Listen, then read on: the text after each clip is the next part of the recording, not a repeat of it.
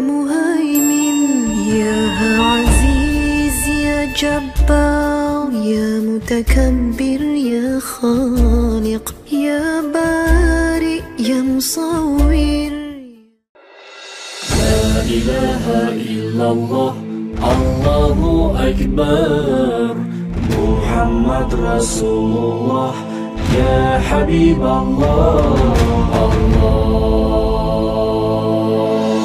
إبراهيم خليل الله إسماعيل ذبيح الله علم علي خلق الله. لا إله إلا الله ونوح مع أهله واستوت على الجود ما كان يقوله. لا إله إلا الله الله أكبر الله أكبر إنك أنت العليم الحكيم. الله أكبر الله أكبر إنه هو التواب الرحيم. الله أكبر الله أكبر وهدى والبشرى للمؤمنين. الله أكبر الله أكبر إنك أنت السميع العليم واعلم إن الله عزيز الحكيم.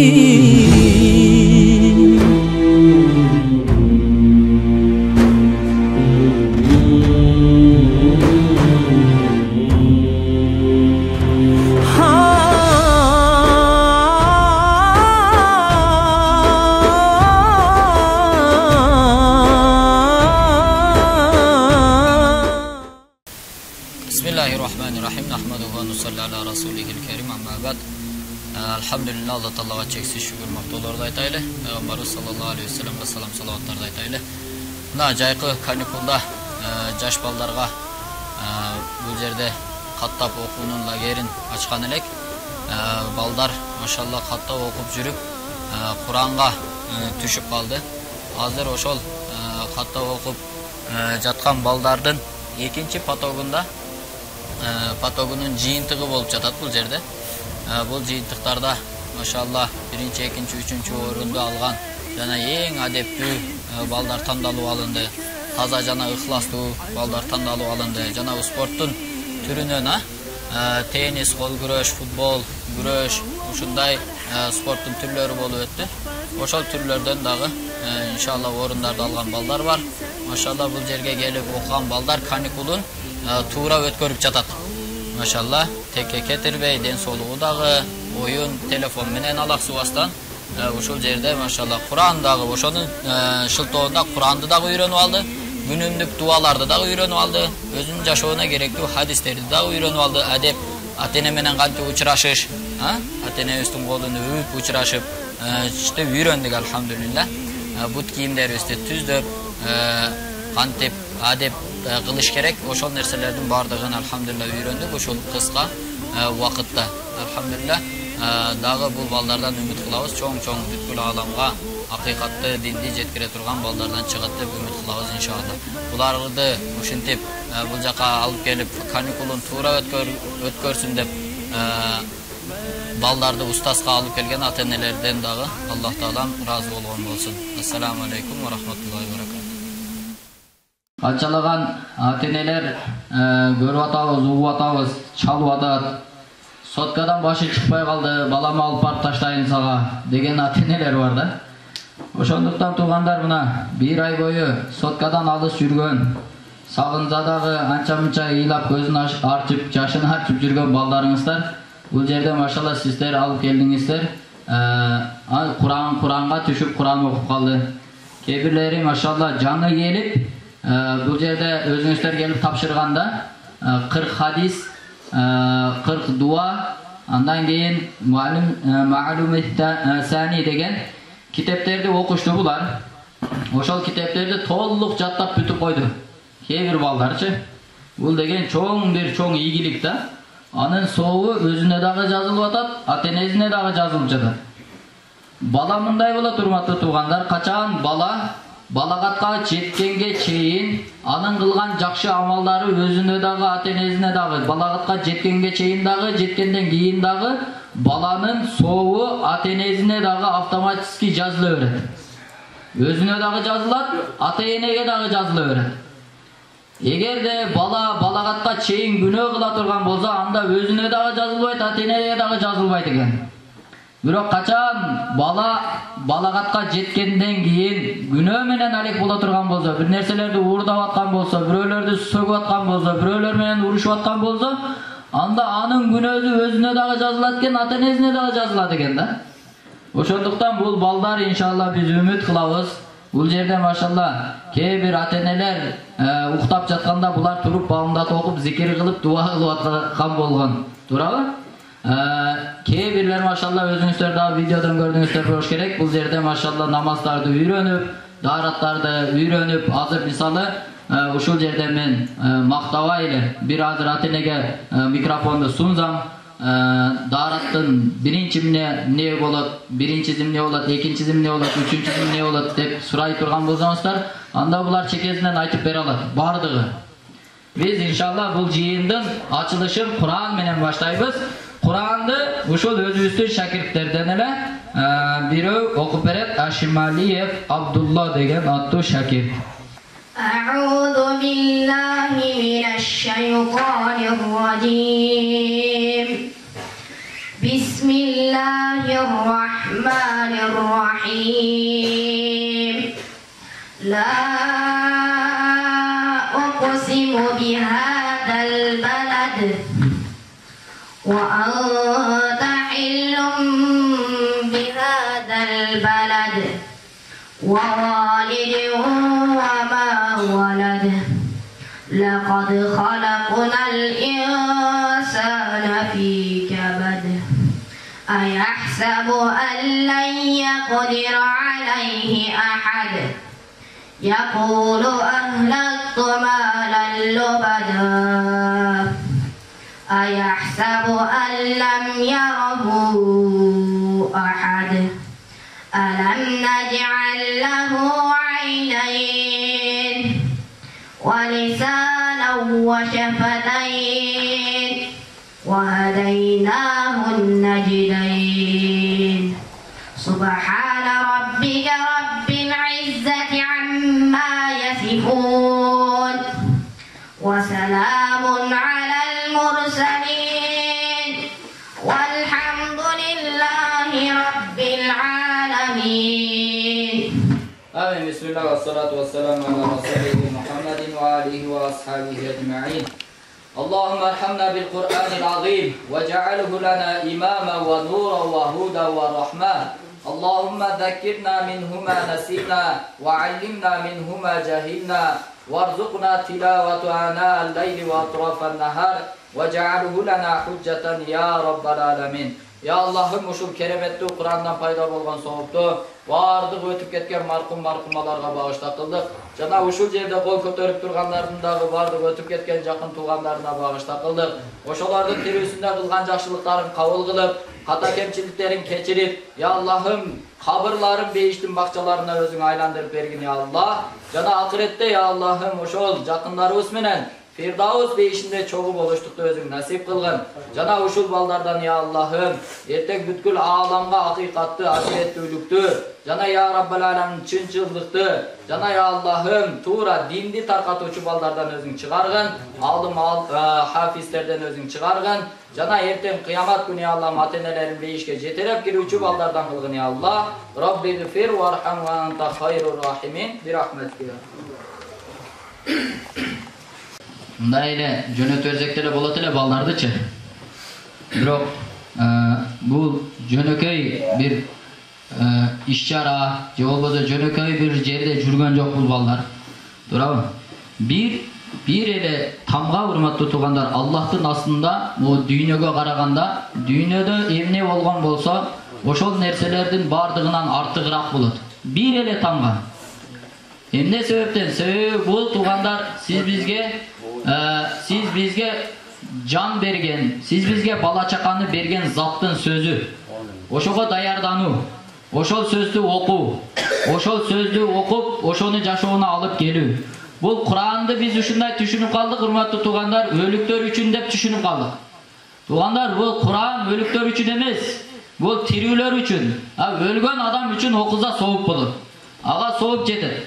Бирок Куран менин жашоома тууралыкты көрсөтүп бере турган китеп. Ар бир нерсенин китеби болот. Холодильник алсаңыз, холодильниктин китеби болот. Туурабы? Бир машинка алсаңыз, машинканын китеби болот. Кандай китеп ал? Мындай кылып иштетесиң деген китеп. Эгерде ошол китепте көрсөтүлгөндөй кылып аны иштетпесеңиз, анда тез эле бузулуп калат. Туурабы?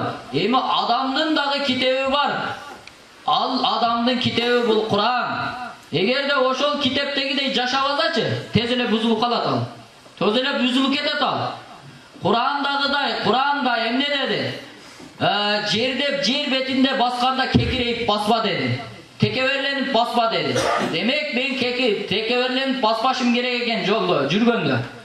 Эгерде текеберленип баса турган болсом, мени адамдар уже не кылат? Жаман көрүп, жаман адамга чыгарып баштайт. Демек ата-энеге уф деп айтпагын деди. Уф десем не болот? Ата-энеге жаман көрүнөм. Ата-эненин нааразылыгы мага келип калат. Эки дүйнө мен оңбойм. Кошунанын акызын бер деди. Жетимдердин тамагын жебе деди. Демек урматтуу туугандар, Куран бул эмне экен? Тирүүлөрдүн китеби экен.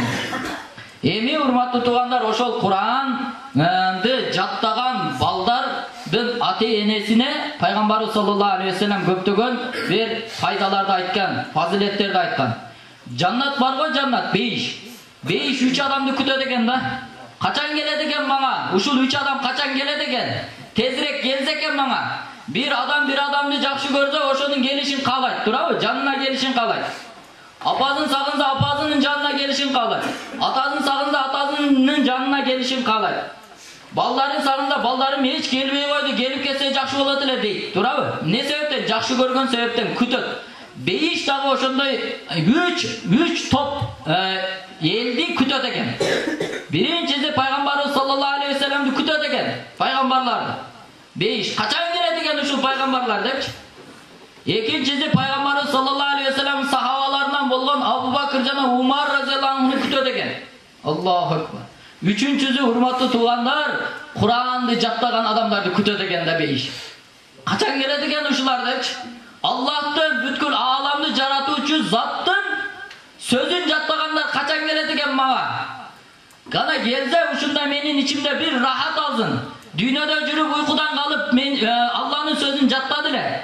Дүйнөдө жүрүп өзүнүн жаш убактысын текке кетирип, жаш убактысы жаш балдар ойноп жүргөндө булар ойнобостон мени Аллахтын, Роптун сөзүн жаттады эле. Мына ошол адамдар менин ичиме келип туруп, мага келип рахат алса экен деп ким күтөт экен? Жаннат күтөт экен, бейиш күтөт экен, субханалла.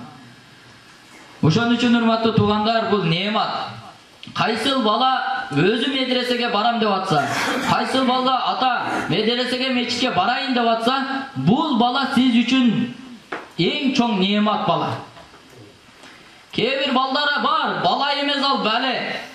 Тура бәле болот ал бала. Ал балдар сиздин бейишиңге алып кирбестен, наоборот сизди тозокко жетелеп кирүүчүлөр болот. Кээ бир балдар бар, алар кандай балдар? Эртеңки күнү ата-эне туугандар, Алла субханаху ва таала Кур'ан-ы Каримде айтат да, Астагфирулла, яума яфиррул мар'у мин ахиди. Эртең бир туугандан кача турган күн келет дейт. Элестетиң, бир тууган, бул дүйнөдө бир туугандай жакын болгон адам жок. Бир падыша 3 адамга өкүм чыгарып туруп өлтүрүүгө. Ал 3 адам 3 эркек экен. 3 эркек үчүн бир аял ыйлап келиптир падышага. Ошолорду куткарыш үчүн. Ал 3 эркек ал аялга мындай экен. Бирөө күйөө экен, бирөө баласы экен, бирөө бир тууган экен. Падышага айтты: "Падышам, эгерде сиз менин үнүмдү уксаңыз, менин жалбаргымды уксаңыз, андан кийин сиз чечим чыгарыңыз, кандай кыласыз билбейм. өлтүрөсүзбү, тирүү коесузбу билбейм го, бирок менин сунушумду угуп коюңуз. Ушул үчөөнүн сиз өлүмгө чечим чыгарыпсыз, бирок мен үчөөнүн бирөөнү тандайын. Сиз ошону тирүү калтырыңыз деген экен. Десе падыша ойлоптур, бул күйөөнү тандаса керек, же болбосо бала өзүнүн канынан жаралган баласын тандаса керек деп ойлоп турса, кимизин сен аласың, куткарууңду сурайсың десе, бир тууганымды деген экен. Аллаху акбар. Жанагы падыша айтыптыр, сен эмне үчүн балаңды тандабадың? Өзүң буну 9 ай көтөргөзүң боюңда. Кыйналып төрөгөзүң. Десе айтыптыр, бул балам өлсө дагы, күйөөм өлсө дагы башка күйөөгө тийип, башка бала төрөп алышы мүмкүн. Бирок бир тууганымды мен таба албайм деген экен. Бир тууган табылбайт мага деген экен. Дегенде ошол суроо, ошол жоо жатканын себебинен күйөөсүн дагы, баласын дагы, үчөөнүн дагы тийбей кой берген экен да, субханалла. Бул бир тууган, ушундай туугандар жигер деп коет бул, туурабы? Боор деп коет бул. Мына ошол бир туугандан кача турган күнү. Яума яфиррул мар'у мин ахи ва уммихи ва аби. Жана өзүнүн атасынан, апасынан кача турган күн келет дейт. Элестетиң, балдарыңыздан качасыз. Балдар ата-энесинен качат. Балам бир сооп керек болуп атат мага. Бер десе ата мага дагы керек ошол сооп дейт экен. Барамыз. Ошол күнү урматтуу туугандар, кээ бир балдар бар го, ата-энесин истеп жүрөт экен. Ал кандай балдар? Дүйнөдө Алланын өкүмүн аткарып, Алланын илимин алып, Алланын Куранын жаттап, Алланын сөзүн жаттаган балдар ата-энесин издеп жүрөт экен. Кана менин атам, кана менин апам. Аларга күндүн нурунан дагы нурдуу болгон тажыларды кийгизейин. Мен дүйнөдө ушул үчүн жаттаган элем сенин сөзүңдү, я Алла. Мен ата-энемди жетелеп ишке киргизейин деп ата-энелерин издеп жүрөт экен. Кайсыл балдар? Аллахтын сөзүн жаттаган балдар. Аллаху акбар. Ошого урматтуу туугандар, алымдар мынтип айтат да: балаңдын дүйнөсүнө көп деле кам кыла бербе. Үй салышым керек, анан кийим кечегин алып беришим керек деп анын көп деле эмес, кам кыл, өтө деле кам кылып алба. Бирок анын акыретине көбүрөөк кам кыл. Сени жетелеп ал бейишке алып кирсин ошол кам. Ошол гыжалат болуп аткан, жүрөктөгү гыжалат нерсе сенин балаңдын акырети болсун. Ошол акыретке болгон гыжалаттыгың сенин балдарың ал сени бейишке жетелеп кире турган болсун дейт. Жана урматтуу туугандар, талабы бар неамат деп айттым. Кээде өткөндө биринчи потокто өтпөй калып, азыр эшикте көрдүңүздөр, жыйынтык чыккан. Бүгүн көрдү балдар деле, кече айтпагабыз. Бүгүн балдар көрдү жыйынтыкты. Ошол жыйынтыкта 14 бал, 14төн жогорулар калат. Эгерде калтырам десеңиздер 3-чү потокко, 14төн ылдыйлары кала албайт. Ошол биринчи потокто бир бала, 1-2 бала ушундай болду. Машалла, ошол балына жетпей калган, бирок жүрөгүндө ушундай талап бар: мен окушум керек, мен ата-энеми бейишке жетелеп киришим керек, устаз, мен келбесем болбойт деп көгөрүп ыйлап туруп алган балдар бар да, 1-2 балдар бар. Андай балдар болсо, машалла, анын талабы бар. Ал жүрүп ачылып кетиши мүмкүн да. Түшүнүңүздөрбү? Анан кээ бир балдар бар, эч бир талабы жок, ата-энеси мажбурлап алып келип койгон балдар бар. Ал наоборот, бул жерден урматтуу туугандар терс таасир алып кетиши мүмкүн. Себеби анын өзүндөгү каалоо жок анын. Каалоо жок нерсеге, адам түшүнбөгөн нерсеге душман болот деген сөз бар. Түшүнүңүздөрбү? Мону оку десең, ал каалабайт. Оку деген нерсеге мажбурлоо аны не кылат? Аркага кетирет. Ошондуктан балаңыз балага кыска үйдөн талап пайда кылыш керек, ата-эне. Үйдө таалим өтүш керек. Үйдө кичине зикирдин чөйрөсүн түзүш керек. Үйдө кичине Алла жана акыретти сүйлөп коюш керек, кичине. Дүйнөнү эле сүйлөйбүз. Үйгө келсек, иш нормальный болбой атат деп эркек сүйлөсө, биякта аял могу кызым турмушка чыгайын, төшөк капташ керек деп жүрөт. Төлкө дүйнөнүн сөзү үйдө. Акыреттин сөзү вообще жок. Акыреттин сөзү жок үйдөн, урматтуу туугандар, келечектеги алым кары көрүлбөйт ал жерде. Чыкпайшы мүмкүн. Ошол үйүндө акыреттин сөзүн сүйлөшүп аткан эне баласы менен таалим өтүп атса, баласына ушул хадисти окуп берип атат.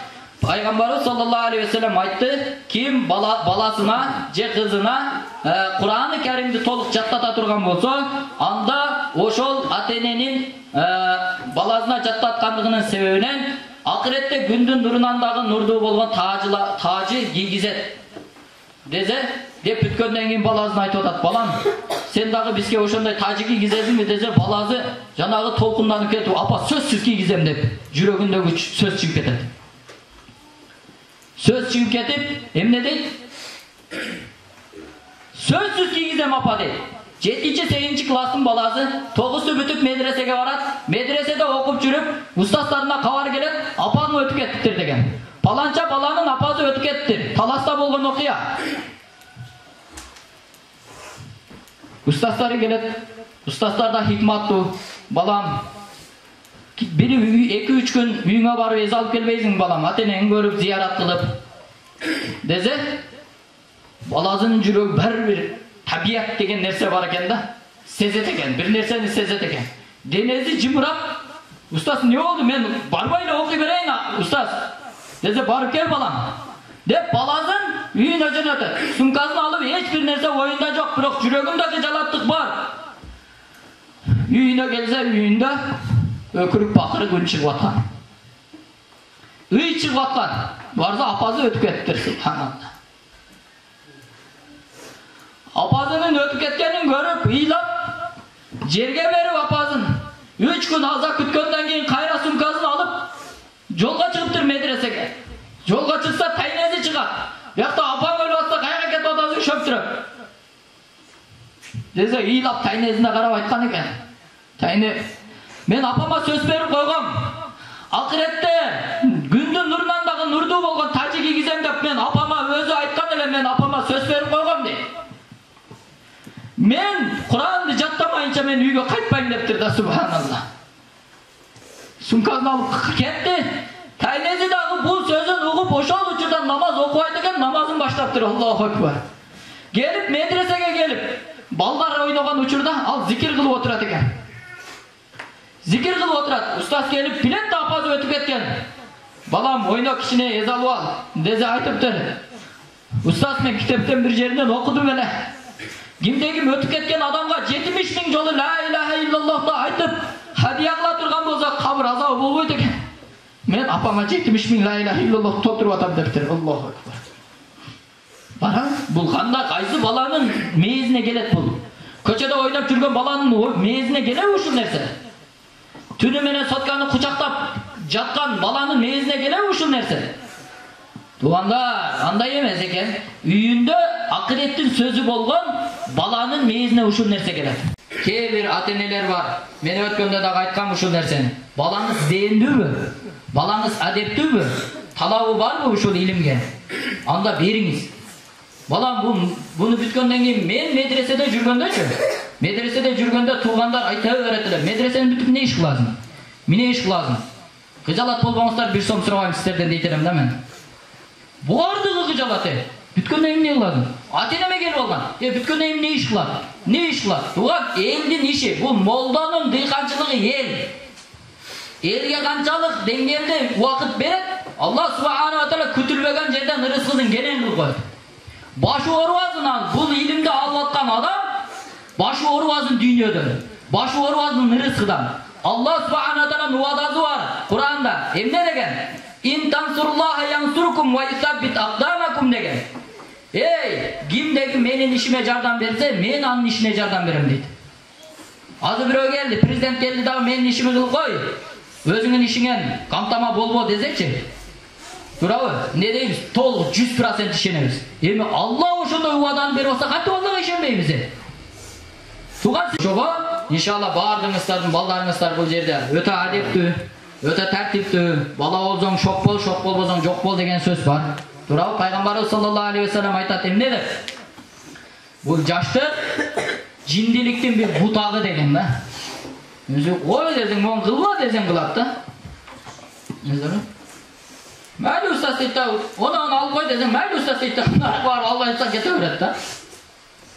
Oşun üçün hurmatlı tuğanlar, bu jerde baldarыбыз maşallah öte jakşı. Başında bizde 60 baladay geldi. Bir 10'a jakın bala ketip kaldı. 10'a jakın bala ketip kaldı. Negen? Ata-enesi majburlap alıp kelip koyganda. Özü bakça kızığı jok.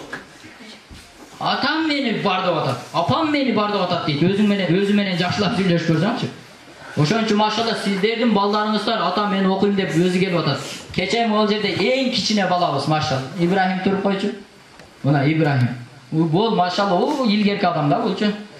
3-4 жыл мурда бул машалла эң биринчи жарыш болгондо ушул бала 99 сыфаттан 1 алган бала бул. Өздөрү ушул бала кече экзаменден 19 балл болуп калыптыр. 20 балл өзү 3-чү орунга ийилешкен да. Мунуку 19 балл болгон. Gelip menen сурап атат, устаз. Мен адеп ахлагым кандай болду?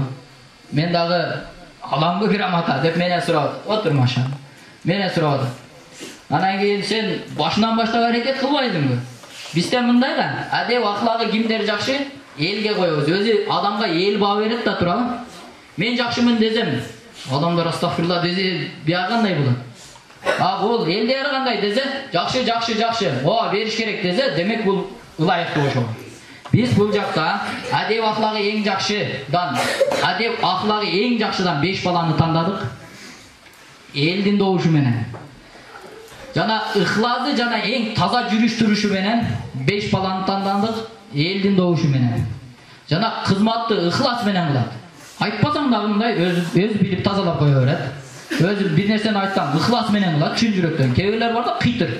Мындай кылымыш болот да шу тай бере берет да. Булар 6 бала тандадык элдин добушу менен. Түшүнүңүзбү? Жана ушундай балдарды тандадык. Экинчи потокко келген, биринчи потоктогулардан дагы адеп ахлагы эң жогору балдар бар өзүчө. Бирок экинчи потокко келгендер булар мурда грамоталарды алып жүргөн да, эми бу албагандар алсын деп 10 баланы тандадык. Ал 10 бала азыр иншалла ушул жерде машалла дүйнөдө ата-энебиздин башына бир тажы кийгизейикчи устаз. Иншалла ушунун себебинен акыретте дагы кийгизип калабызбы иншалла деген үмүт менен 10 бала тандалды. Түшүнүңүздөрбү? Ошол 10 бала азыр биз чекеден айтабыз. Ошол балдардын атасы келген болсо аталары турзун, апалары келген болсо апасы турзун, апалары келген жака балдар ошол жака кирет. Биринчи аталарына кийгизип алайлы, андан кийин апалары жака киребиз иншалла. Атасы келгендер 5 бала тургулачы. Жанагы тандалган балдар тургула. Акылеке келбеди го. Чоң ата, маша, чоң атаган кийгизесиң, Дагы бир бала гана. Түшүр болду, түшүр. Молодец. Бала да. Күчтү көрсөтүп коюн деген окшойт. Келбей калды, келбей калса апарып туруп кийгизебиз, иншалла. Азыр 4 бала, машалла. Ана катары менен турабыз. Дүйнөнүн тажыларын алабыз колго. Ана бисмилла. Турелер, ана машалла, кучакташып, колдон өбүп, машалла. Аллаху акбар, машалла деп турабыз, машалла. Алла рахматулла, машалла. Алла таала эртең акыретте дагы машалла нурдан болгон тажыларды ушинтип элдин арасында кийгизиштикти насип кылсын. Бул жерде кичине эле эл турат. Ал жерде бүткүл махшардын адамы турат. Аллаху акбар. Апасы келгендер тургула 5 бала. Даниярдын апасы турзун, Кожомбердин апасы турзун, Бектендин апасы, Элмастын апасы, Баямандын апасы турзун, чекеден азыр ошол жака кирет. Тажыны кийгизип, апамдын колунан жетелеп пейишке киргизейин деген сезим менен жолуктарды салыңыздар, машалла. Бул туугандар өтө чоң бакыт, машалла. Дүйнөдө эле мисалы бир балаңыз ийгиликке жетсе, бир грамота алса, bir ийгиликке биринчи орунду алса, ата-эне канча сүйүнөт, туурабы? Пайгамбарыбыз саллаллаху алейхи вассалам айткан, ата-эненин ыраазылыгы бул Алланын ыраазылыгы, ата-эненин нааразылыгы бул Аллахтын нааразылыгы деген. Ошон үчүн субханалла, мына азыр бул жерде мен балдарга айткам, башынан жакшы жүргүлө. Эртең акыркы күнү балдар аталарына баш кийим кийгизип алсаңдар, силер ыйлап булбаңдар деген. Эртең дагы ушундай болот.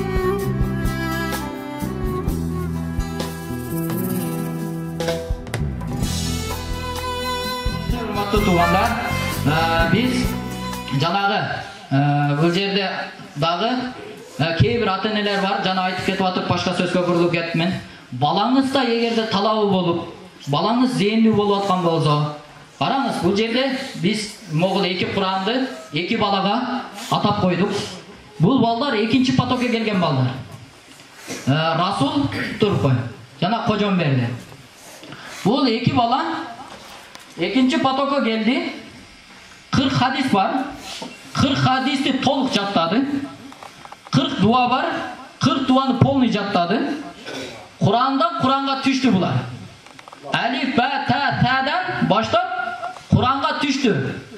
Эми сиздин ушул балаңыз, менде ушул тажрыйба болгонда, менин жашоомда ушул нерсе болду.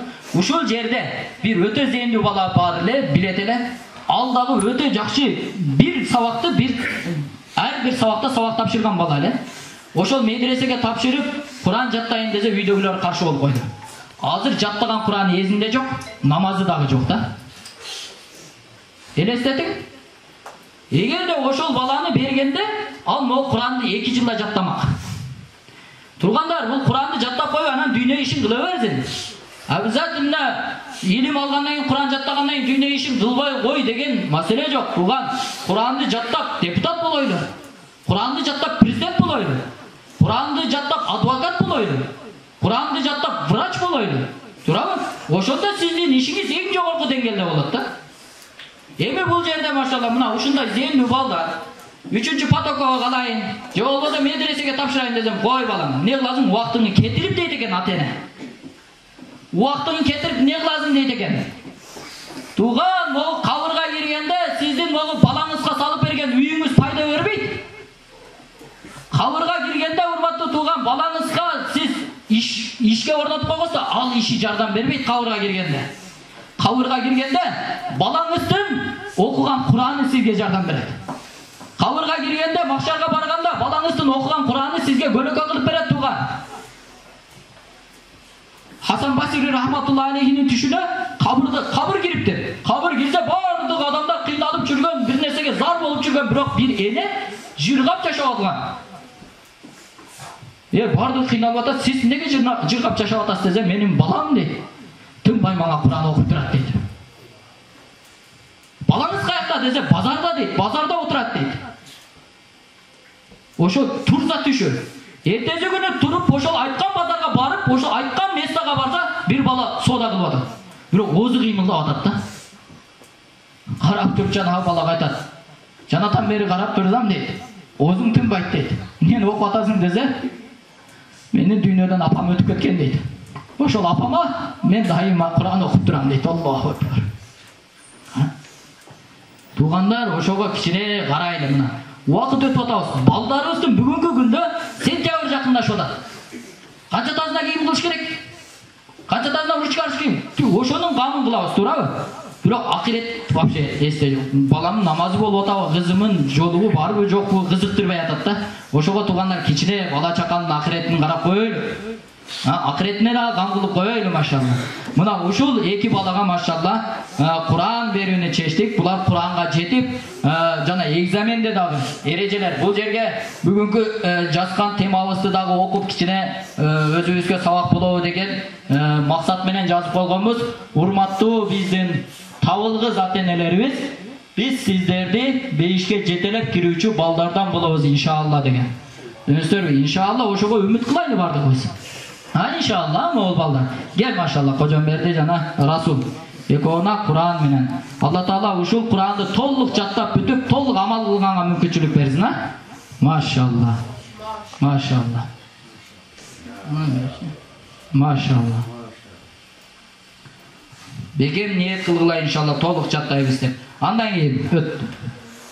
Андан кийинки урматтуу туугандар, бул жерде өзүңүздөр видеолордон көрүп атыңыздар группадан, жайлоого чыгып ал жерде командалар болуп, жада кылдык оюндар болду. Анын белектерин кече бул жерде бергенбиз балдарга, себеби узарып кетпесин депчи. Анан бул жакта болгон спорттун жанагы түрлөрүнөн азыр бул жерде иншалла бөлүп койгонбуз. Азыр эң адеп, аклагы эң жакшылардыкын берип алайлы. Адеп, аклагы эң жакшы балдар. Булар машалла негизи эле алымдар айткандай, адеп бул дарак, илим анын мөмөсү. Эгер дарак болбосо, мөмө кайдан болот? дегенде урматтуу туугандар, биринчи адеп керек экен. Адеп болсо анан кийин илим жугат экен да. Бул балдардын адеби машалла өтө мыкты балдар. Булар Кошбаев Ариет. Чекеден келе бергиле, бере бер. Андан кийин Мамадалиев Дамир. Машалла деп туруңуздар. Андан кийин Сиражидинов Билал. Оякты карап, бири карап койгула. Сиражидинов Билал. Андан кийин Ашималиев Абдулла. Андан кийин Жакшыбаев Абдурахман сыйланат, машалла.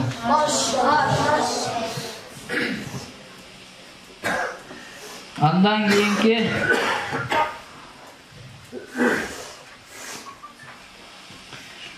булар тазалыкка дагы бекем, машалла, ыхластуулугу дагы бар балдар. Булар Тоялиев Бекчан деген бала. Көкташтан, машалла. Андан кийин Сманов Абубакыр деген бала. Машалла. Он якты бир карап койгула. Андан кийин Есенов Доспол деген бала. Андан кийин Кушкарбаев Мунарбек деген бала. Таза жана ыхластуулугу менен сыйланат булар. Андан кийин ыхластуулугу менен Ахматжанов Юсуф. Таза жана ыхластуулугу менен. Жана урматтуу туугандар, ушундай дагы балдар бар. Кызматка өтө бекем, ыхлазы менен кылган балдар, машалла. Бир нерсени айтсаң, кыйтырлык кылбай, точно мындай жүрөгүңдү жылытып кызмат кыла турган балдар бар. Алар Абдыкаров Ариет деген бала. Машалла. Рустамбеков Элдияр деген бала. Ермеков Бекбол деген бала. Машалла. Мырзахматов Абулхан деген бала. Магзымбеков Эгемберди деген бала. Абдымаликов Рамазан деген бала. Машалла. Калгандарыбыз дагы жакшы балдар, машалла. Андан кийинки балдар бул жерде 1 2 3 болот па кызматка кел. Анан бул жерде жанагы болгон кол күрөштөр болгон, ал жерден ал кол күрөштүн грамоталарын. Кол күрөш боюнча 3 жанагы топко бөлүндү. Эң кичинелер жана дагы бирөөнү үстүңкү. Эң кичинелер, ортоңкулар, анан чоңдор болду. Кол күрөш боюнча кичинелерден 3-чү местаны Абдумиталов Жумадыл деген бала алды. 2-чи орунду Абдумаликов Рамазан деген бала алды. 1-чи орунду Рустамбеков Элдияр деген бала алды. Ол кичинелердин арасында. 3-чү, 4-чү класс, 5ке чейинки балдар. Ортоңку 6-чы, 7-чи класстын балдарынын арасында Асанбеков Мухаммадали 3-чү место. Рустамбеков Ихтияр 2-чи место. Ашималиев Абдулла 1-чи место. Кээ бир балдар спорт жактан дагы, сабак жактан дагы бардыгынан бар да, машалла. Кээ бирлер уйкудан бар. 3-чү орунду чоңдордун арасында Нурмаматов Бектен алды. Чоңдордун арасында Сапарбеков Нурдөөлөт алды. 2-чи орунду 1-чи орунду Мырзаев Ислам алды. Теннис боюнча.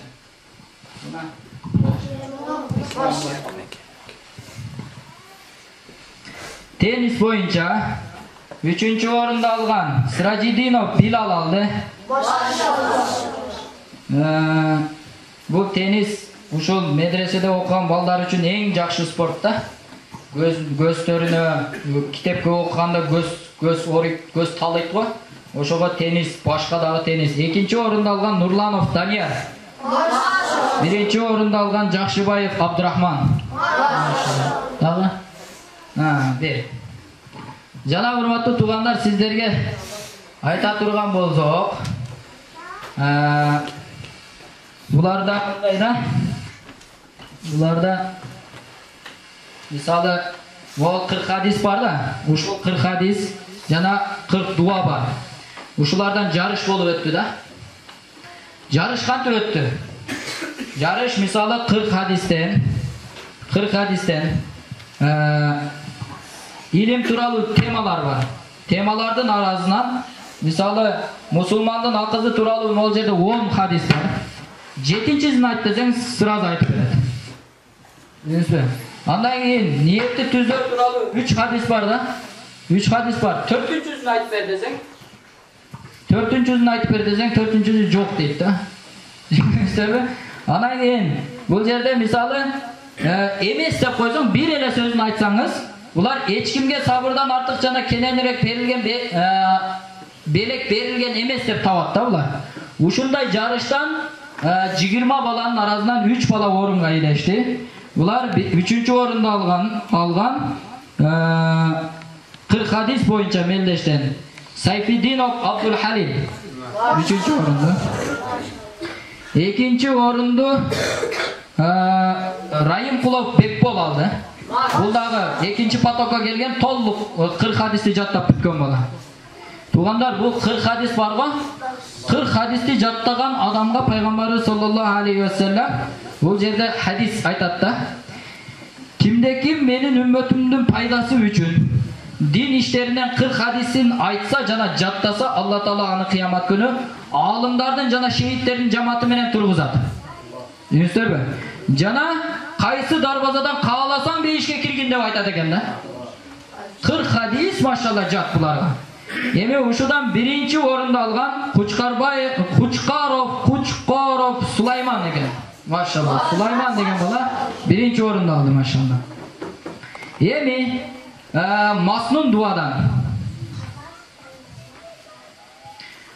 дуанын жарышы өтө кызыктуу өттү. Мисалы 20 бала турат. 20 баладан чекеден чыгат. Чекеден чыкканда булар мен бияктагы көрүүчү балдар менен сүйлөшөм, өзү таап жоопту айтыш керек. Мен булар менен сүйлөшүп атып мына алып чечип койсом бисмиллахиллади ла илаха иллаху дейт. Бул кийим чечкендин дуасы. Түшүнүңүздөрбү? Кайра айланып келип туруп кайра кийсем экинчиси не болуп калат да. Алхамдулиллахиллади касани хада ва разакани мин гайри хавли ва ла куввати деп кийгендин дуасын айтат. Түшүнүңүздөрбү? Отуре. Десем бул отурса, нар жактагы мечитте отурган дуасын айтат. Түшүнүңүздөрбү? Мен аларга суроо бербейм. Менин сүйлөшүүм менен булар жоопту таап атты да. Аллаху акбар. Мен өзүм суроо берип алып, өзүм там берип аттым да. Мына ошолордун 3-чү орунга ээ болгон Нурмаматов Бектен. Өтө буга мындай парасат болбосо таап албайт да бунун жообунчу. Кээ бир балдар турду. Маңда эч нерсени түшүнбөйт да, эмне болуп атканын билбейт да. Машалла. Экинчиси машалла Ашмалиев Абдулла, экинчи место. Машалла. Буну логический мынтип көп суроо берген, балдар жаштыгында көп суроо берип, анан ошол негизи жаш балдар 3 жаштан баштап уже суроо берүү жашы башталат. Ошондо атене болдуче дебеш керек экен да. Айта бериш керек экен. Ошол балдар кийин мындай өтө зээндүү бала болуп чоңойт. Анан бул жерде машалла биринчи орунду ээ болгон бул өзү мындай суроолорду яман көп бере берет, азыр делечи. Бул Иманалиев Кожомберди деген бала. Машалла, биринчи орунду ушул алды.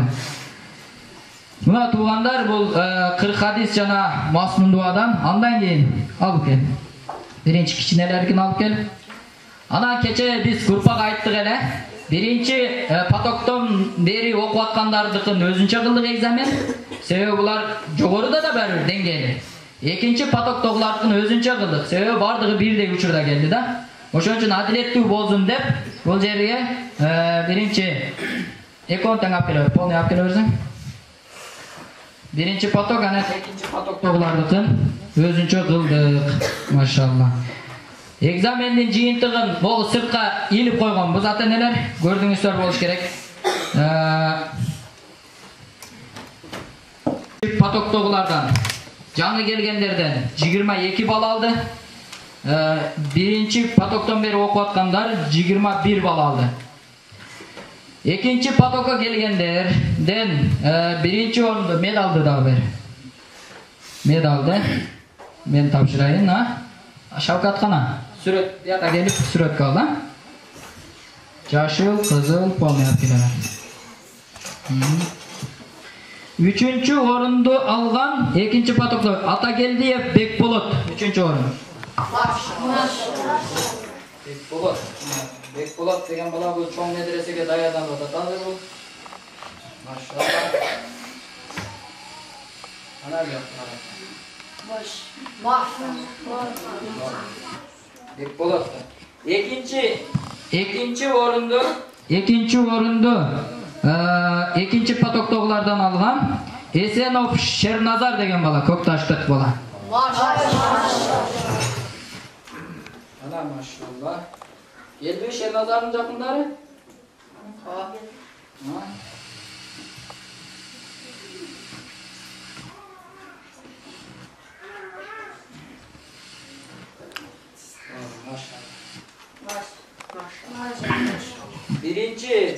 Birinci orunda alganlar, birinci orunda algan ikinci patokka kelgen. Mıhtı daima mıhtı ola degen. İmanaliyev Kojonberdi degen bala birinci mestan aldı. 22 bal menen maşallah. Ahirette de ama ahirette de 10 bolundan verilsin ha.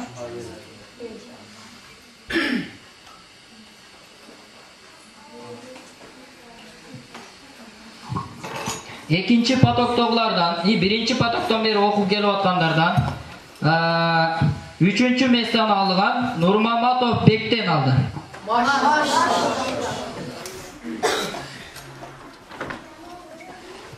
bala maşallah. Mesleğinden götüre duran bala. Bunun çoğun hakiyeti maşallah ötkende 140 balanın içine Karabaltaga birinci ordu alıp ketken.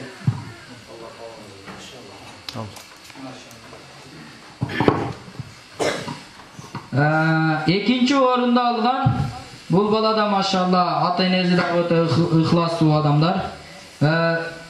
Smanov Abu Bakr degen bala.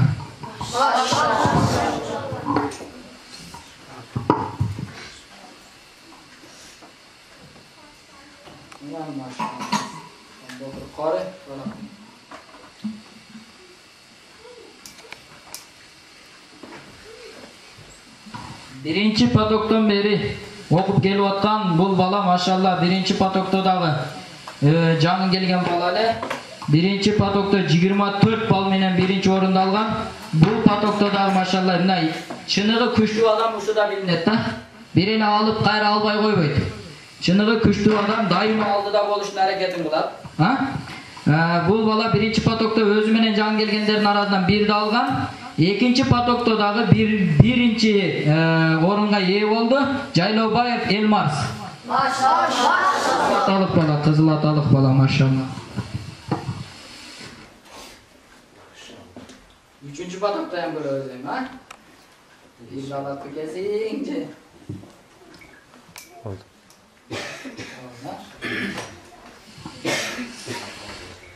Maşallah Allah Teala kabul kılgan olsun maşallah. Bu sıyılık beleklerdi inşallah.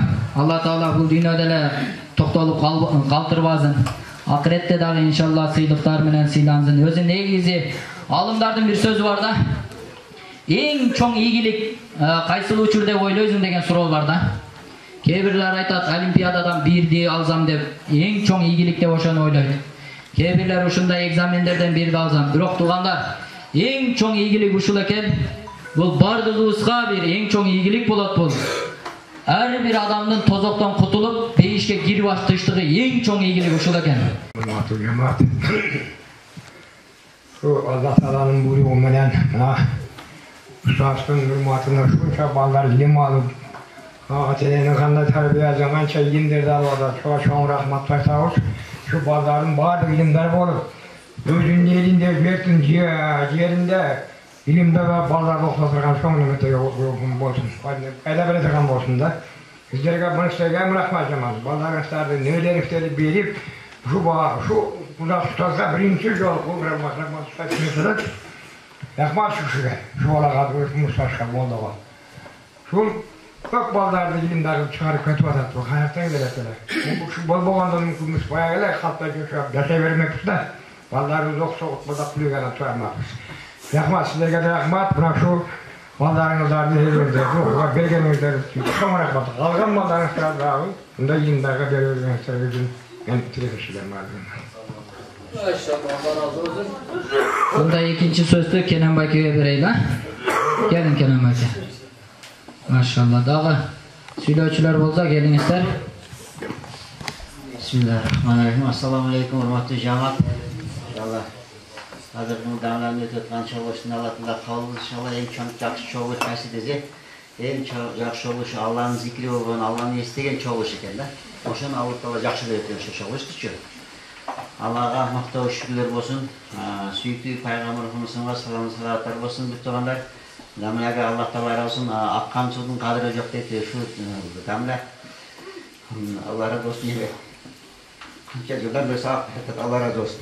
Çünkü minnet kılıp kança degen damla özellikten de dünyada kızıkan yok. Gelecekte şu yakta balar terbiye verip şular matenizdarı 5 vaktamız olup kalsın. Şular da alım bol kalsın. Şular da dünyanın kılıp dindi minnetin kılıp kalsın degen maksatta öden canı malın verir tutuştanlar şey. Şu damlaga Allah razı olsun. Günü tünü de böyle şular men çoğu jat otar. Şu yine var ba çoğu jat otar. Şular da bilse bol kalbasın diye. Kontrolda. Allah sizden razı olsun damla. Ömrünüzge, densoğunuzda kılatkan işlerinizge Allah Teala berekesin versin. Allah Teala da budanlar ilim, kılim versin Allah Teala. Ömrünüz aklı çeyini şu dindi milletten kılıp daha aklı tüketin şu böylece. Oşunda öyle muşunu baldarga da şu okukan ballarınızdan da Allah'ın şu ballarga yamalaktıla ilim kılim verip şu ballarga yamalaktıla ziyen versin, talap versin. Bundan arada şu ballar dünyadaki medreselerge var okusun. Birinci için başlaşın başlık koydun siz ustatus boz. Kaçıları bu Egipet'te okuy bu, Karaval'da okuy, kaçıları bol olsun. Erteki günde şu ballar kim ustattı da siz sayılar. Biz ustattı, birinci ustattı. Oşonca şu balları şu Alıp Kore'nin ustağı, Kırgızstan ustağı kança degen şunda yaş ballarız. Dünyada düngüre turgan alım, karı, hafiz ballardan bolsun. Manaska dayardadık ele bir öde. Özümüz yazganbız, yazgan adam özümüzbüz. Anam aytuvçu adam maşallah şakirtlerden. Gerçi egenberdi maşallah. Ey Bismillah menen baştayımın, sözlerdi tögüp aytayın. Köngül koyup uğuңuz, köngüldü mağa buruңuz. Şükürler bolsun Kudayga, mümkünçülük berdi Kur'an'a. Ustazыбыз menet kılıp, çakırıp jattı imanға. Biz barыбыз bir ayda, düşüp kaldık Kur'an'a. Köp nerseni öyröndük, hatalardı düzdüdük. Jaratkanга ming şükür, jamandyk hiç görmödük. Görörge Kuday göz berdi, söylerge Kuday söz berdi. Şükürler bolsun Kudayga, kıymıl hareket büt berdi. Jarattı jeti asmandı, toğa taşlara kaybandı. İbadat üçün jarattı, dünyada vardı adamdı. Jaratkandı maktasaң, жүрөктөрүбүз тазарат. Жаралганды мактасаң, жүрөктөрүбүз карарат. Макта өзү бир гана, жаратканга жарашат. Жаралганды мактасаң, той көтөрүп башташат. Бардык нерсе жок болот, ыймансыздар кору болот. Бирок жалгыз Кудайым түбөлүккө бар болот. Жараткандын өкүмүн күнү дагы аткарат. Жараткандын өкүмүн түнү дагы аткарат. Жаратканым дүйнөнү өз күчү менен башкарат. Күн сайын сотка эмес Куранымды ачамын. Жакшыларга жанашып, жамандардан качамын. Максат кылдым күнөө ишке барбастан, жалаң гана туура жолдо басамын. Жаман ойдон тазалаймын дилимди, чындыкка байлаймын мен тилимди. Бактылуу болуп жашаймын деп үйрөндүм толук мен динимди. Ата-энемди сыйлаймын, эмгек кылып тынбаймын. Бактылуулук сурап мен Кудайыма дуба кылып ыйлаймын.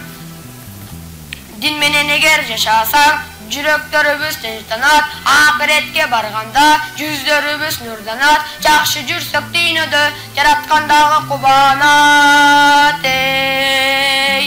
Hükümdörün atkarsan, sıyırmatka batasın, beyiş bolor bararın, rahattayın tatasın, toluk dinde yaşasan, jamanlıktan kaçasın, iyilikler köbüyüp, bakı teşiğin açasın.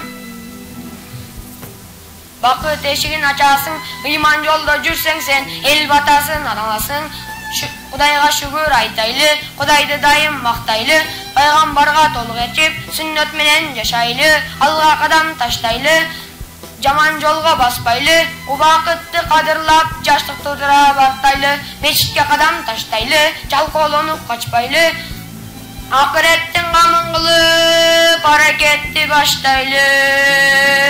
Sizlerden tuğandar suranam, alış bolboylu Kur'an'dan, beşmal bolgon namazdı, okuylu korkup Kudaydan, erten ele ölübüz, hakikatты körübüz, ökün böylü oşondu, bolbosa azap çegebiz, din menen ele yaşaylı, özümçüllü taştaylı, davatka da çıgalı, jakşı amal kılalı, ata-eneni kadırlap, razılığın alalı, jaratkandın ökümün, çalkolunboy kılalı, iman menen keteli, iyigilike jeteli, ata-ene bizi jeteli, peyişke çoğu kirelin ey.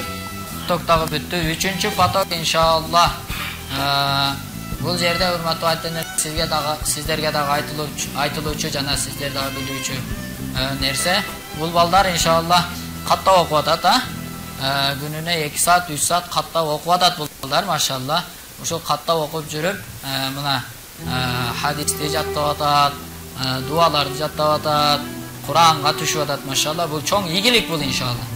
Эми ошол балдарыбыз менен чогуу иншалла кол көтөрүп дуа кылайлы. Өткөндө бул балдарга дуа кылдырсак, машалла, булар бир Алла менен байланышкандан кийин колун түшүрбөй коет экен. Бир ыйлагандан кийин буларды токтото албай калат экенсиң да. Ошого машалла булардын дуасы, өткөндө биз Жаллабатта экзамен болуп калып, чогулуш болуп калып дуа кылгыла десек, машалла ушундай дуа кылыптыр. Өтө жеңил болду да. Машалла, ошого бул жаштардын күнөөсү жок да азыр. Туурабы? Күнөөсү жоктун дуасы кантип кабыл болбой калат. Ошого иншалла колдорду көтөрөйлү, анан бул жактан жыйынтыкты көрдүңүздөр. 14 балдан жогоркулар 3-чү потокко алып келем десеңиздер калат. Эгер калбай болду, жетиштүү десеңиздер, анда барса боло берет. 3-чү потокту иншалла 1 августтан баштайбыз. 1 август күнү саат 10го келиш керек. Түшүнүктүү, саат 10го 1 августка келиш керек. Amin. Elhamdülillahi Rabbil alamin ve l'akıbeti lil-muttaqin ve salatu ve selamu ala Resulihi Muhammedin ve alihi ve ashabihi ecma'in. Ya Hannan ya Mannan ya Rahim ya Rahman ya Zal Celali vel İkram. Ya Zal Celali vel İkram ya Zal Celali vel İkram. Ya Allah ya Allah ya Allah. Allahümme salli ala seyyidina Muhammed. Allahümme salli ala seyyidina Muhammed. Allahümme salli ala seyyidina Muhammed. Ya Rabbal alamin, özün görүүчү, билүүчү, угуучусуң ya Allah'ım. Özün bizge köptөгөн жакшылыктарды кылып атасың ya Allah. Ошол köptөгөн жакшылыктардын шүгүрүн биз ya Allah'ım кыла албай атабыз ya Allah. Özün bizди кечиргин ya Allah.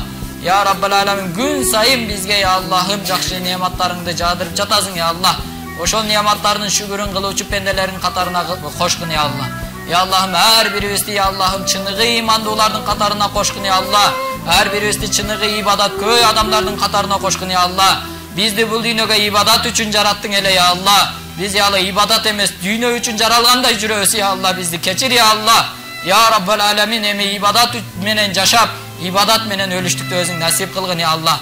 Ya Allah'ım, eje apalarыбызга ya Allah'ım joluktu nasip kılgın ya Allah. Hicapты nasip kılgın ya Allah. Ya Allah'ım, özüңdün hökümdörüňü toluk atkarıp, özüňün astyňa ya Allah'ım jarık nur menen baruuçulardan kılgın ya Rabbal alamin.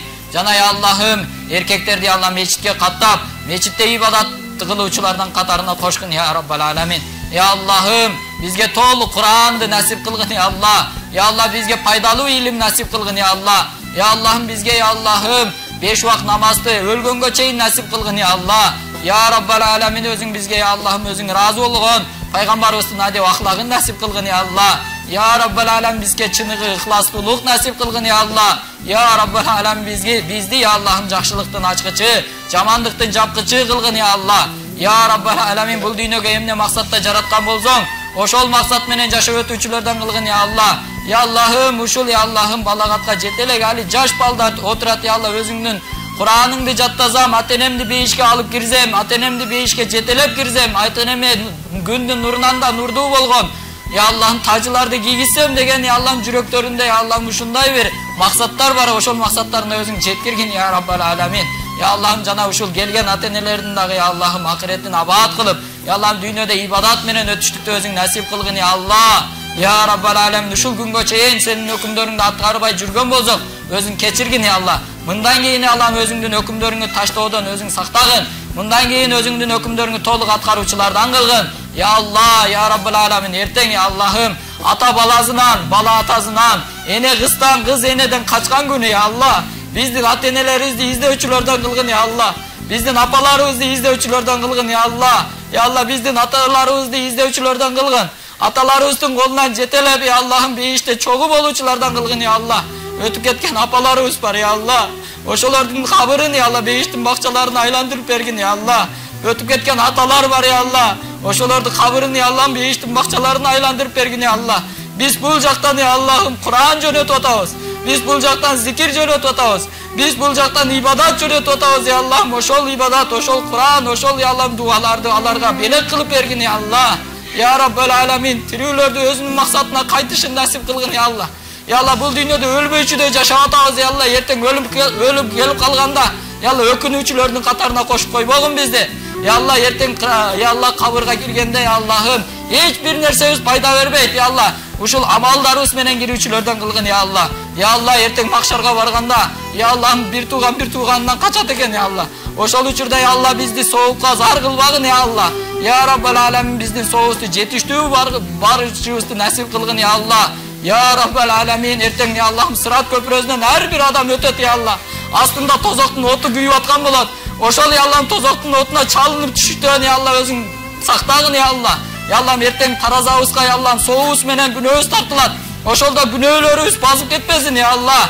Күнөөлөрүбүз ордук кылып кетпесин я Алла. Я Аллахым, соогу амалдарды кылып өтүштү өзүң насип кылгын я Аллахым. Я Раббал Аламин, эртең махшар майданында күн ысыкта адамдар күн өзүнө жараша терине көмүлүп атканда я Аллахым бизди өзүң рахмат көлөкөгүңдө болушубузду насип кылгын я Алла. Я Аллахым, биздин я Аллахым көзүбүздөн чыккан жаштарыбызды я Аллахым тозоктун оту үчүн я Аллахым аларды парда кылып койгун я Алла. Я Аллахым, бул дүйнөдө я Аллахым биз дүйнө үчүн жаратпагансың, акырет үчүн жараттың я Алла. Акыретти унутпай жашаганга өзүң насип кылгын я Алла. Кабырыбызды унутпай жашаганды насип кылгын я Алла. Кепинибизди унутпай жашаганды насип кылгын я Алла. Табутубузду унутпай жашаганды насип кылгын я Алла. Я Алла, эртең өзүңдүн астына баруучубузду барууну я Алла унутпай жашоочулардан кылгын я Алла. Я Аллахым, ушул балдардын арасынан бүткүл ааламга динди тарката турган, бүткүл я Аллахым Куранды жаттап акыйкатты тарката турган балдардан чыгаргын я Алла. Я Аллахым, ушул я Аллахым кылып жаткан ибадаттарыбызда, кылып жаткан ишибизде я Алла ката кемчиликтер болсо бизди кечиргин. Я Алла, биз пендебиз, ката кетирүүчүбүз я Алла. Өзүң бизди кечиргин я Алла. Ката сенде гана жок я Алла. Я Алла, сен гана тазасың я Алла. Я Аллахым, биз я Аллахым күнөөкөрбүз. Я Алла, биз ката кетиребиз. Биз күнөө кылып коебуз я Алла. Биздин кылган күнөөлөрүбүздү өзүң кечир я Алла, кечир я Алла, кечир. Сен кечирбесең эч ким кечире албайт я Алла. Я Аллахым, биздин Аллахым апаларыбызга жолук насип кылгын я Алла. Я Алла, биздин апаларыбызга хижаб насип кылгын я Алла. Я Аллахым, эртең хижабсыз өтүп кетпесин ошолор я Алла. Я Аллахым, биздин эже карындаштарыбызга жолук хижаб насип кылгын я Алла. Өзүң өкүм кылгансың я Аллахым, орон кыла деп өкүм кылгансың. Бирок адамдар, аялдар эмне деп жүрөт? Бул арабтардын кийими деп жүрөт я Алла. Ал сенин өкүмүң я Алла. Ошол сенин өкүмүңдү аткаруучу апалардан кылгын я Алла. Ошол сенин өкүмүңдү аткаруучу эже карындаштардан кылгын я Алла. Биздин эже карындаштарыбызды я Алла. Я Раббал Аламин, биздин ата-энелерибизди дүйнөдө я Аллам балам сенден ыраазымын деген сөзүн угуучу пенделерден кылгын я Алла. Я Алла, менин ата-энем ыраазы болсо сен ыраазы болосуң я Алла. Мен ата-энемди ыраазы кылган балдардан болоюн. Ушул жерде отурган балдардын баардыгы ата-энесин ыраазы кылган балдардан болсун я Алла.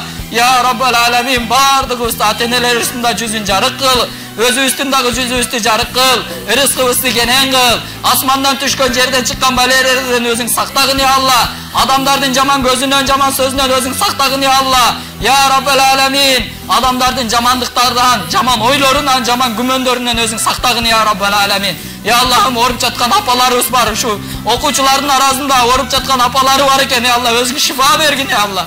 Ya Allah'ım okuyucuların arasında orup жатқан ataları var eken özgü şifa bergin ya Allah. Ya Allah'ım okup жатқан baldarının apaları alısta жүрөт eken ya Allah. Bir oşolordu sağınıp жүрөt ya Allah'ım. Ya Allah'ım apalarının canında, atalarının mehriminin canında жүрүүчү baldardan kılgın ya Allah. Rabbena atina fid dunya hasana ve fil ahireti hasanatan ve qina azabannar. Ya Allah baldardı erteyle atenesinden ajratıp koyboçu ya Allah. Ya Allah'ım yetim kaldırıp koyboçu ya Allah. Ya Rabbel alamin atasını sağıngan balдар var ya Allah. Apasını sağıngan balдар var ya Allah.